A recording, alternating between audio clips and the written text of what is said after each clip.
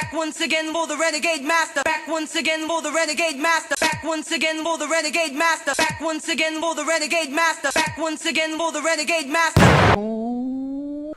Hello my renegades and welcome back, and we are at Married at First Sight Australia series 11, and now we are on episode 34, and we're coming into the last dinner party and there's only a few couples left. Before we get into this episode, as I always say, please hit that subscribe button, please hit that notification button so you know I want and do videos, and as I always say, please comment, like, do whatever you want to do, share the lot, the whole gamut, yeah, because I'm on my road to 1k. So let's get into this episode now. So we know the whole bombshell has dropped in regards to Jono and the Ellie textgate. Well, it's not necessarily a textgate because it continues. So I will start with the only couples left right now are Sarah and Tim, Tori and Jack, Lauren and Jono, Ridge and Jade, and Jaden and Eden. And we all know at this last dinner party the honesty box is going to come out, and that doesn't always go well for majority of the couples within this type of experiment, but hey ho, we'll see what happens next. So Lauren did turn around and say that she was hurt in regards to what Jono had done, and of course we would know at this point they're still in the same apartment together. So Jono keeps dismissing everything, thinking that, you know, it's not a big deal, that it was all innocent, it was all X, Y, and Z, not actually getting the gigantic proportions of fuck shit that he did. Honestly, not getting it in the slightest. So he agreed for Lauren to look at his phone to look at the messages, and that's when Lauren realised the scope and the amount of messages that they had been sending between each other. And I'm telling you, it's from the time, as I already said in my previous episode, that there were issues with Jono and Lauren when they were on the couch, and this was after Ellie had said that she was going to leave when she said she'd had enough of Ben, and Ben said he was going to leave too. They then went back to the freaking couch and then stopped and listened to everybody else and what they were talking about. So of course she was going to jump at it. She was going to jump at it because she already knew that Jono had a little bit of a crush on her, and Jono already knew that Ellie already had a bit of a crush on him. So, in terms of the text messages, Lauren was miffed at the fact that when it came to the birthday party and like asking where Ellie was at, not realising that actually, Jono, you were with Lauren because Lauren took you out for your birthday. Lauren fully took you out for your birthday, but without any of those messages, there was no mention of Lauren.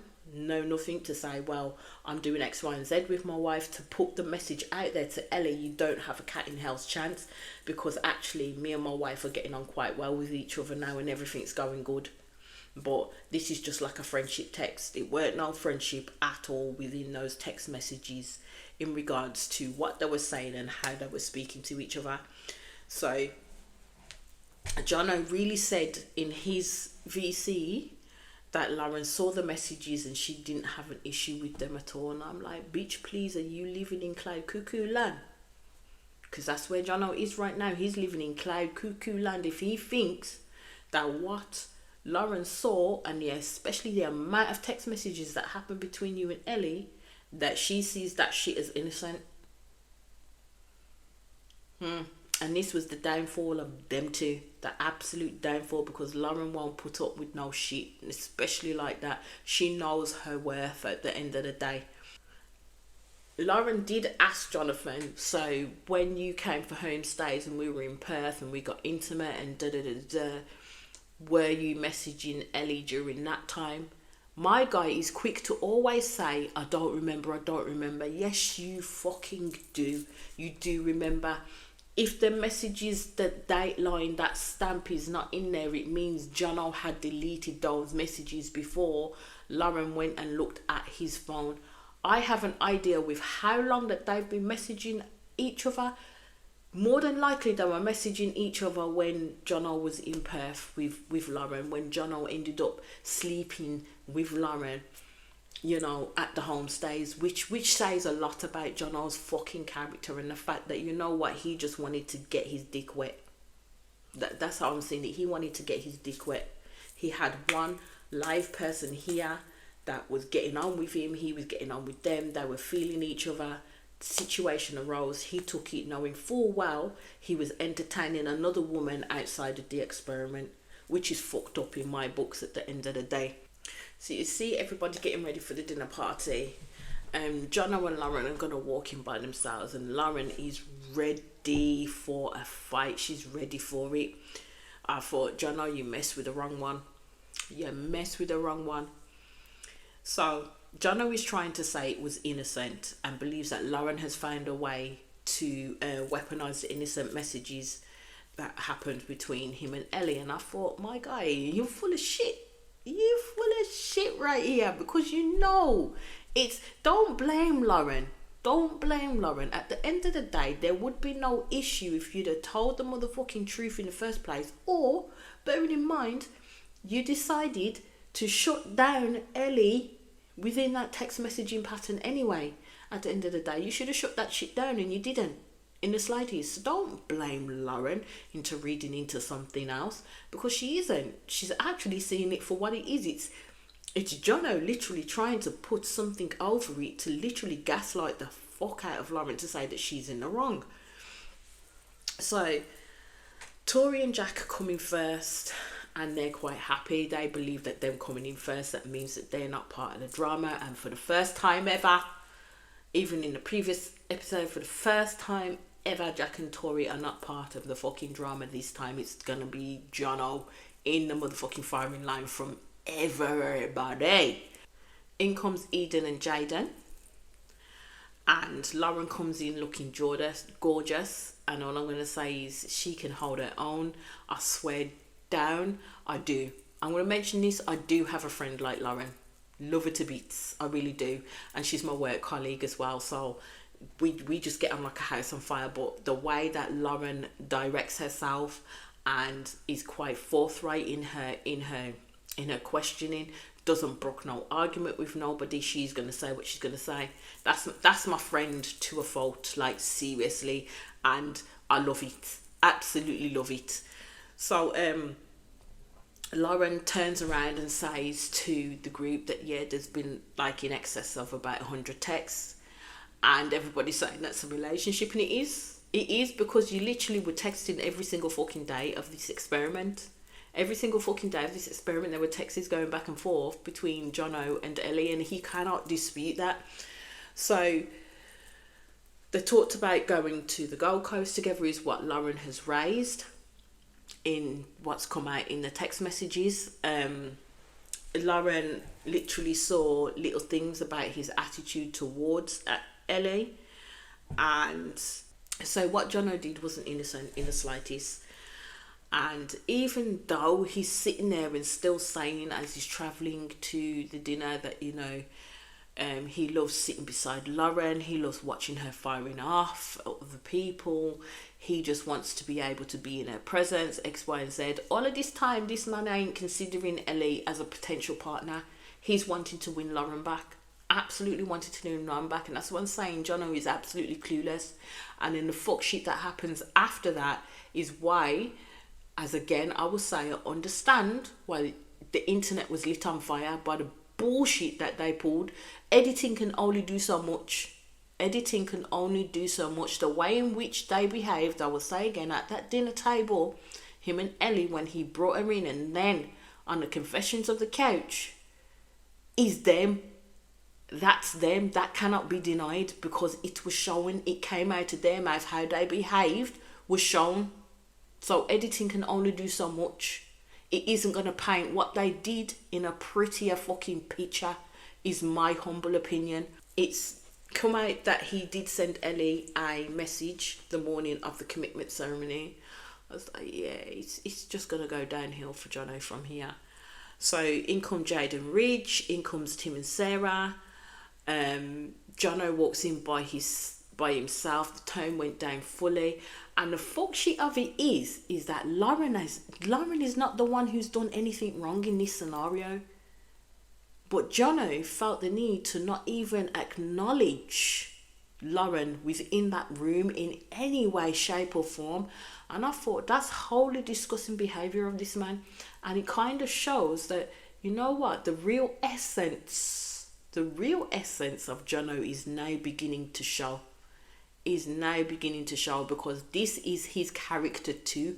The nicey boring monotone flatline guy is his character, but this bullshit freaking won't accept responsibility for his own actions and what he did wrong to Lauren is his character too.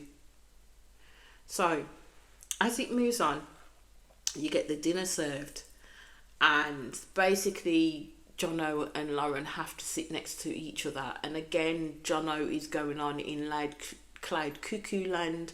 He's completely dense into the situation on how this has impacted upon Lauren, but he does not give a shit. He's just worried about clearing his own name and believing that what he did with Ellie was completely innocent, but it wasn't. It wasn't at all. So then they do the cheers across the table, and it's Sarah who turns around and cheers to Jono texting Ellie. And I was like, bloodseed, I was not expecting that. That made me laugh so hard. Like, hella made me laugh so hard, because I was like, okay, start as we mean to go on. Let's get this popping. What's going to happen next? So Jono then speaks up and says that he was the one that messaged Ellie. And I said, that makes it worse, dude, because you lied on the couch, because you was the one that said that Ellie reached out to you. So which one was it? Again, Jono, you ain't looking in the best light here. Not looking in the best light. So Jack basically asked him first what was the nature of the first message and why. And Jono was basically saying that he asked her if she made it home okay. And then it was just about him checking in on her. And I was like, no. It was banter, because you weren't checking in to make sure this girl was okay, because you knew this girl liked you. You really did not want to see her leave. But what the fuck shit was is you and Lauren were not in a great place. So you decided to go to pastures new and start texting another woman outside of the experiment. And you continued to text that woman weeks and weeks upon weeks upon weeks. Both of them were in the wrong. So Jono is basically being called out across the table fully, but he's continuing to downplay this shit. Absolutely continuing to downplay it.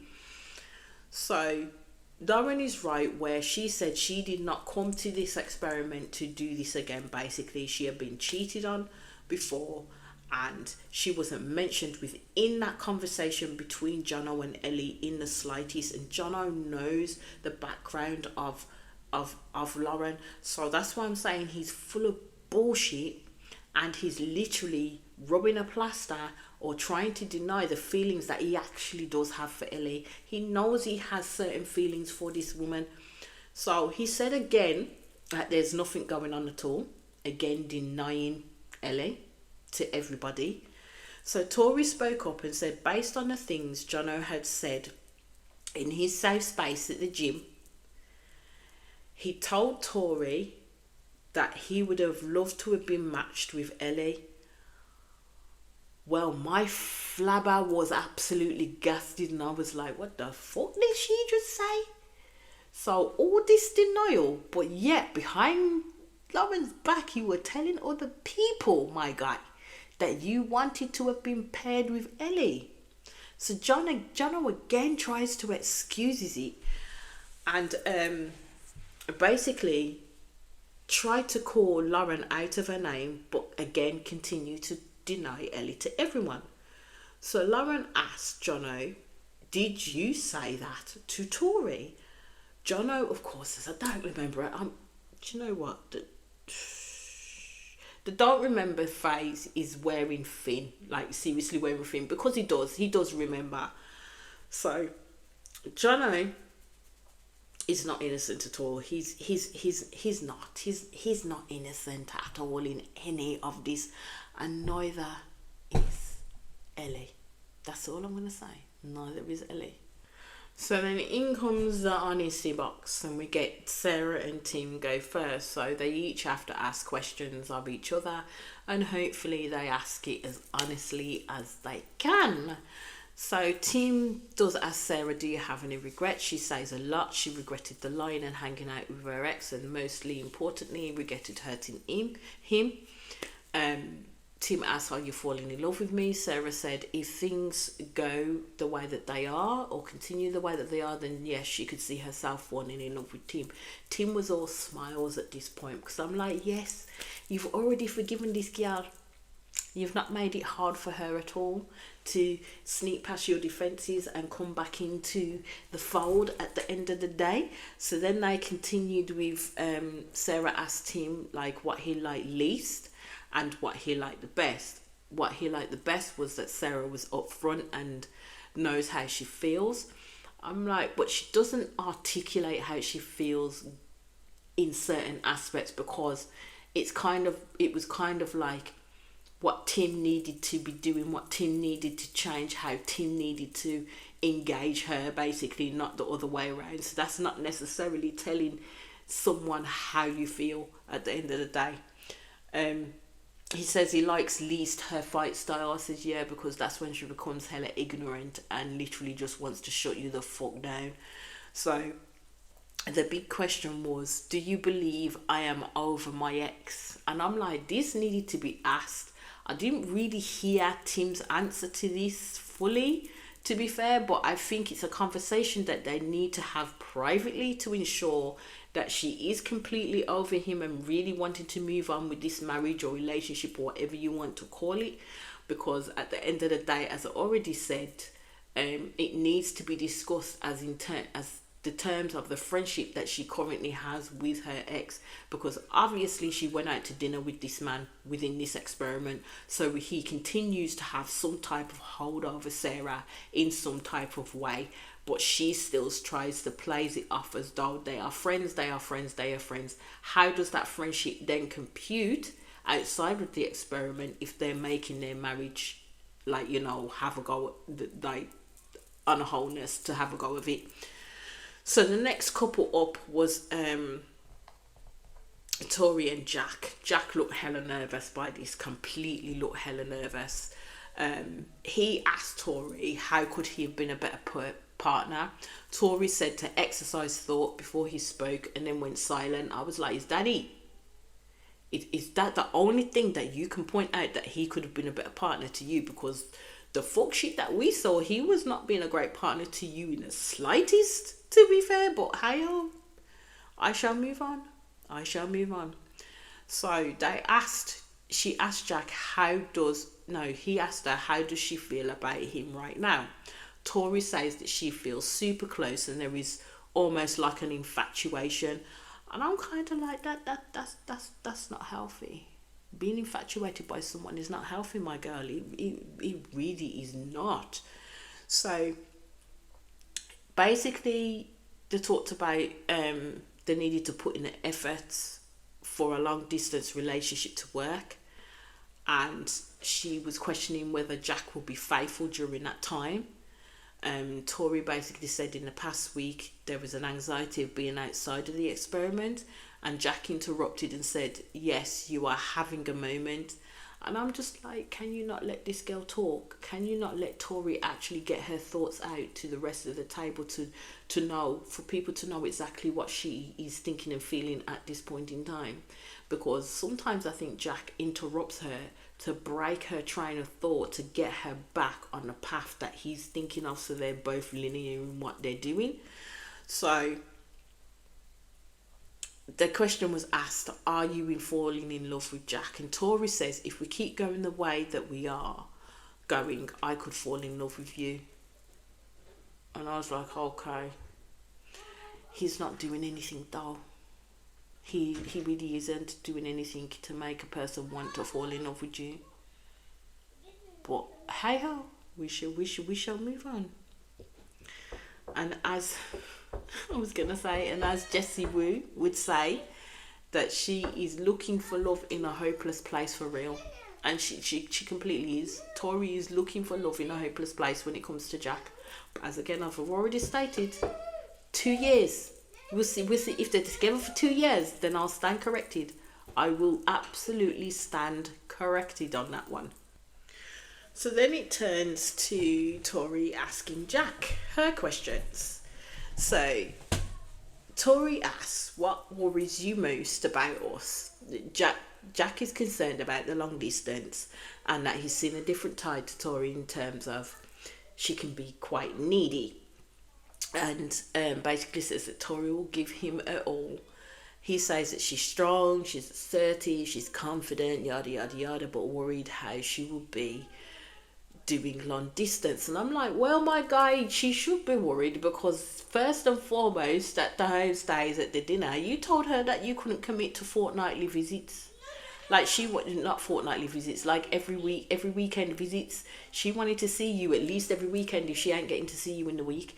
And you're saying that you could not commit to that. And I was like, this guy is on some different type of playing field. So basically, she's then saying, how do you feel about me right now? Describe your feelings. And I thought, okay, this is going to be a good one. This is what we need to hear, because Jack does not communicate his feelings well in the slightest. So Jack turns around and says that he's proud.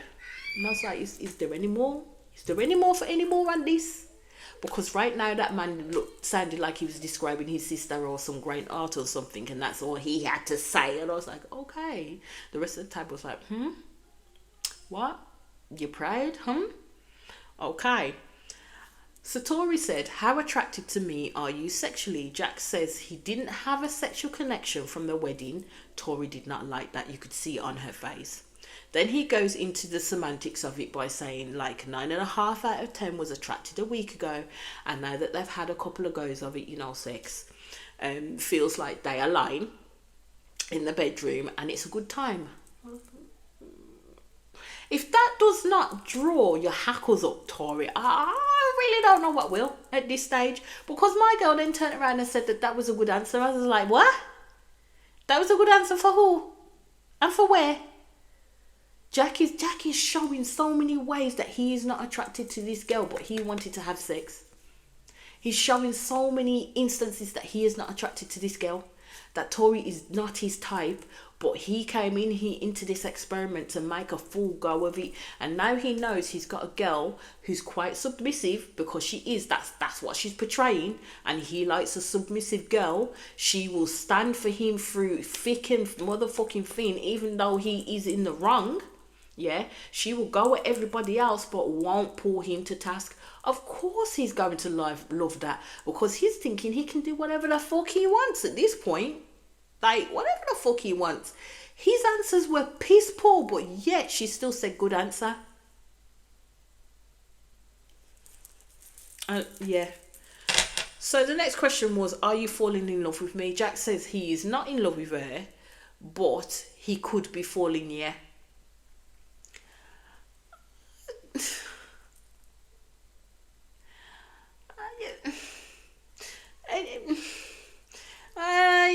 I'm going to carry on. Because Tori and myself, I'm sorry, should be side-eyeing this shit, like side-eyeing it. So that was the end of the questions, but it was quite telling that as the camera was panning out, she turned to Jack and said, kiss me and just fake it. Fake it. I was like, okay, fucking hell, well, damn. That's what you used to have been doing throughout your whole marriage. Why should you stop now? So, hey-ho. So, Ridge and Jade came next. So, Ridge basically said, describe how you feel about me. So, Jade was basically talking about her feelings and how hard it was not to catch feelings for Ridge, because she feels him essentially and she went through everything. And she was so happy, and that was until Ridge opened his mouth and became frat boyish and shouted him across the table. And as again, Ridge needs to learn when to do that shit. That was not the time, to the point where Jade basically had a go at him by basically telling him to stop like literally to stop. It's a no. Like, can you just stop doing that? She literally went off on him, because at the end of the day, she doesn't need another child in her household. She needs you to show her the man that you can be. And right now, Ridge was not showing her the man that she could be, because she gets quite embarrassed by the shit that he does in mixed company. So Ridge did have a quick 2-2 answer to that, and basically said that, you know, when she's saying things like this, because he feels her so incessantly within his heart and everything like that, that he can't help but bust out with these words. He cannot help that, and it's harder for him to keep it in. And I think Jade kind of understood a little bit, because she liked exactly what he was saying, and again, maybe, you know, saying what she wants to hear. I just hope that it does work out for them. So he basically turned around and said that he's the best version of himself when he's with Jade.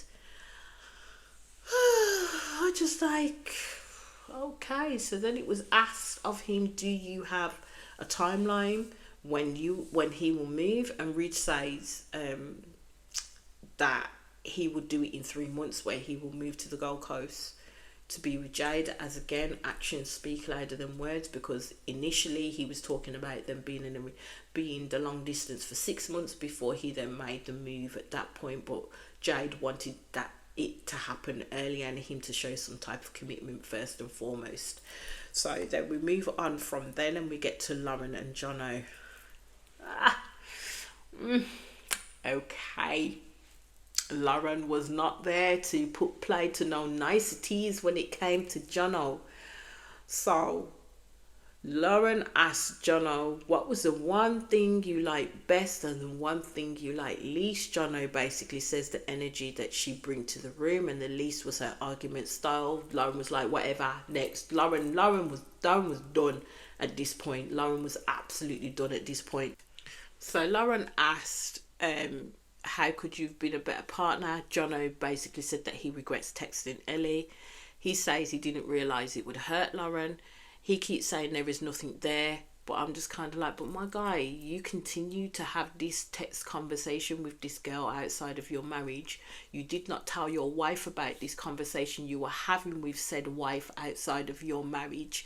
Do you know what I mean? There was something to completely hide. And also, Lauren had seen the text messages and the volume of freaking text messages that happened between you and this other person at the end of the day. So you can't sit there and then say to her that, you know, you regret texting Ellie, because you would have fucking stopped it if you regretted texting her. You would have told Lauren, but you didn't, right? You keep saying there's nothing between you, but there obviously was. And from the other side, you knew that there was something there. Jono, there was no doubt about it that Jono would have known that there was something there between him and Ellie, but he continued on the road that he continued on, believing that shit would not come to light, but it did. So they asked him if Lauren didn't know, would he have continued it? Would it have become something? Jono turned around and said yes. And I was like, well, okay, I was not expecting the answer so boldly put out there. I was not expecting him to say yes, that he would have continued the situation between him and Ellie, and had an expectation that something may have come of it. And I'm just like, Jono's whole behaviour is abysmal, like absolutely abysmal. Like, he doesn't in the slightest get what he's done wrong at all.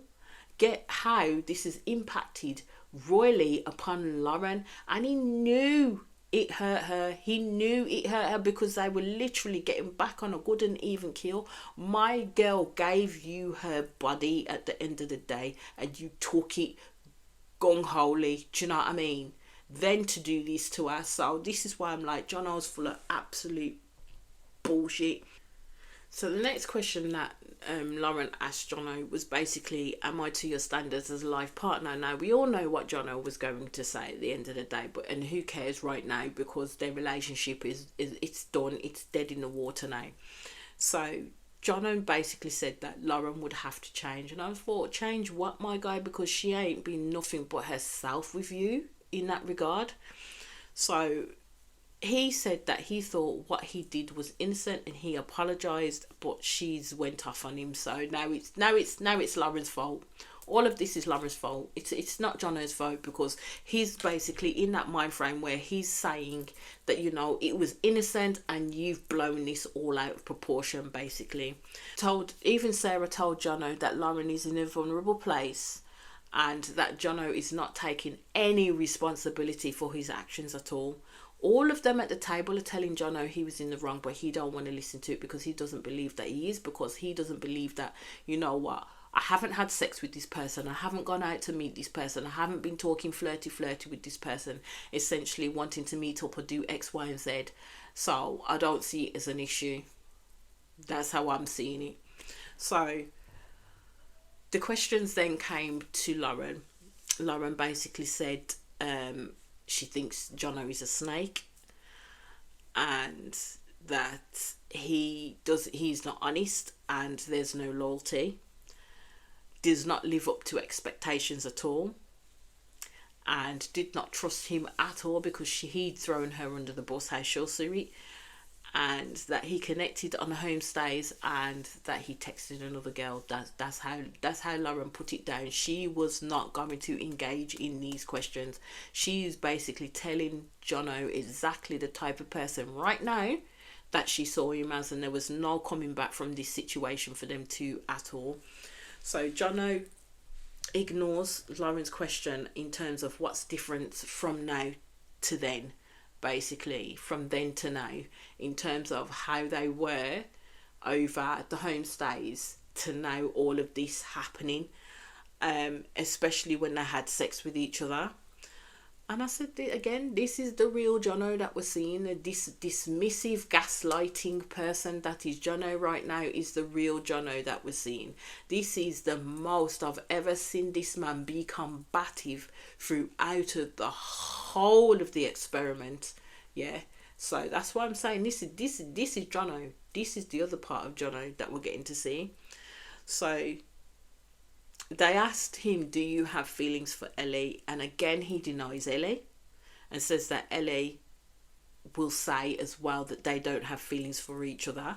And I said, remember, Jono has said this, that it's all completely innocent, and that they should wait for the reunion so that Ellie can say the same thing, that they don't have feelings for each other. Oh, how the chickens are going to come home to roost, and he is going to be laying a few motherfucking eggs on the shit that he just said there.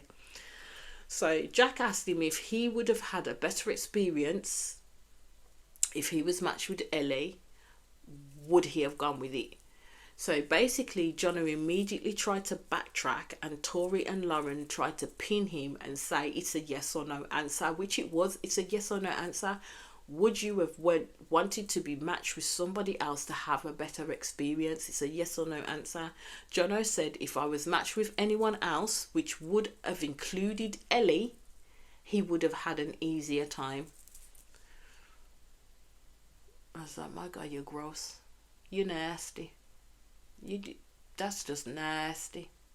And I really don't know what to say on that.